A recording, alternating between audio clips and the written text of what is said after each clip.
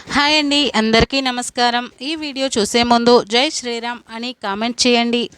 ఆడపిల్ల ఉన్న ప్రతి ఒక్కరూ తప్పనిసరిగా ఈ వీడియో తప్పకుండా చూడాల్సిందే.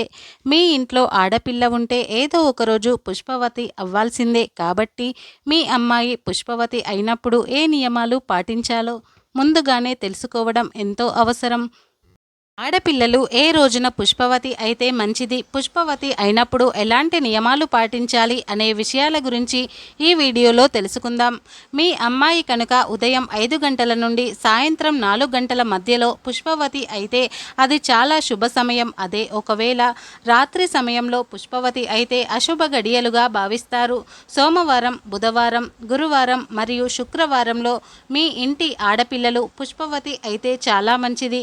అదే ఒకవేళ ఆదివారం కానీ, మంగళవారం కానీ, శనివారం కానీ ఇంటి ఆడపిల్లలు రజస్వల అయితే మాత్రం శాస్త్రపరంగా అది అశుభంగా భావిస్తారు. నల్లటి బట్టల మీద పుష్పవతి అయితే అది దరిద్రంగా భావిస్తారు. ఎర్రటి వస్త్రాలు కానీ, తెలుపు వస్త్రాలపైన పుష్పవతి అయితే అది చాలా శుభసూచకం.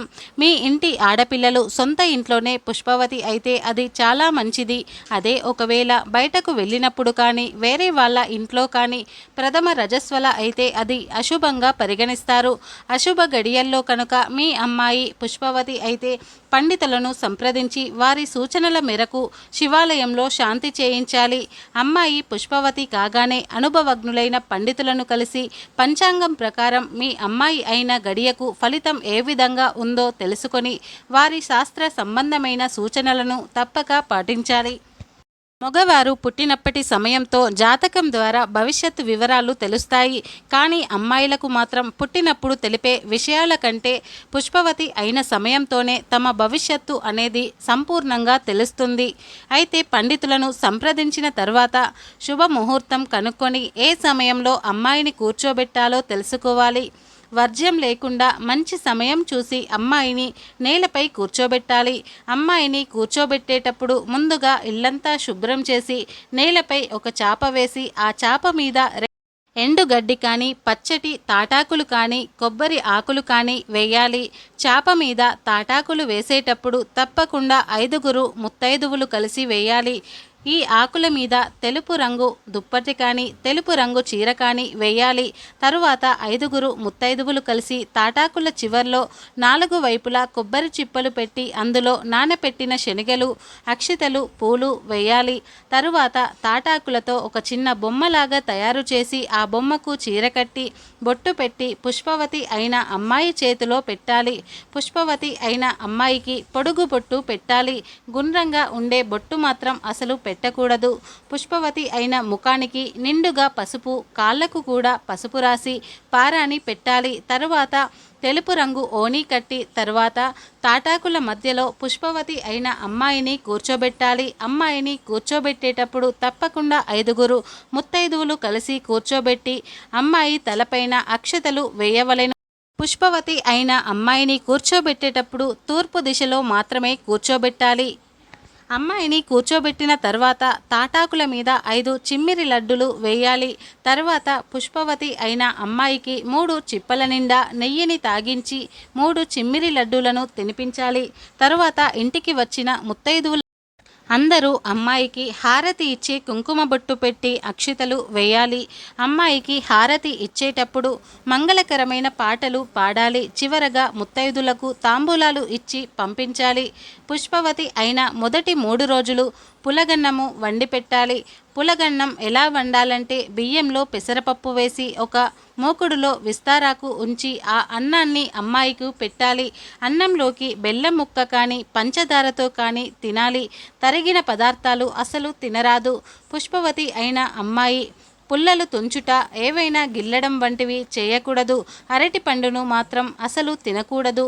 పుష్పవతి అయిన 3 నెలల వరకు అరటి పండును తినకూడదు.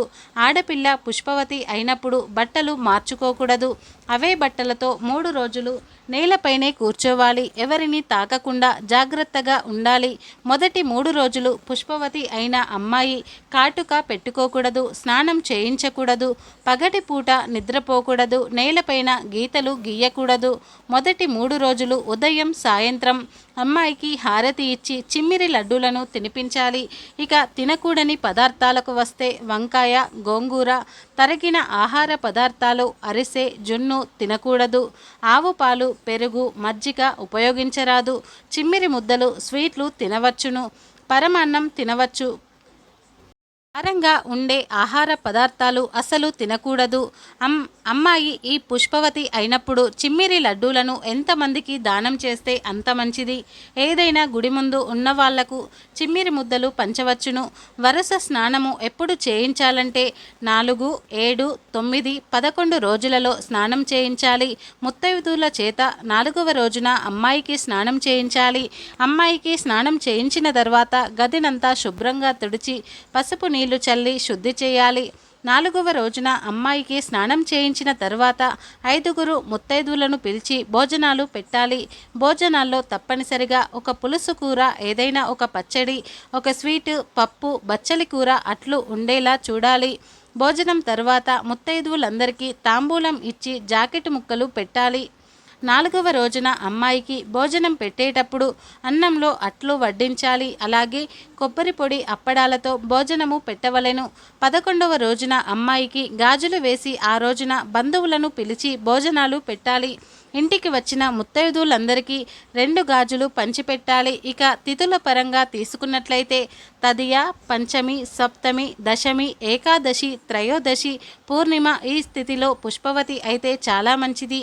ఈ తిథిలో కాకుండా వేరే తిథుల్లో కనుక పుష్పవతి అయితే అటువంటి సమయంలో కొన్ని ప్రత్యేకమైన శాంతి హోమాలు చేయించుకోవాలి.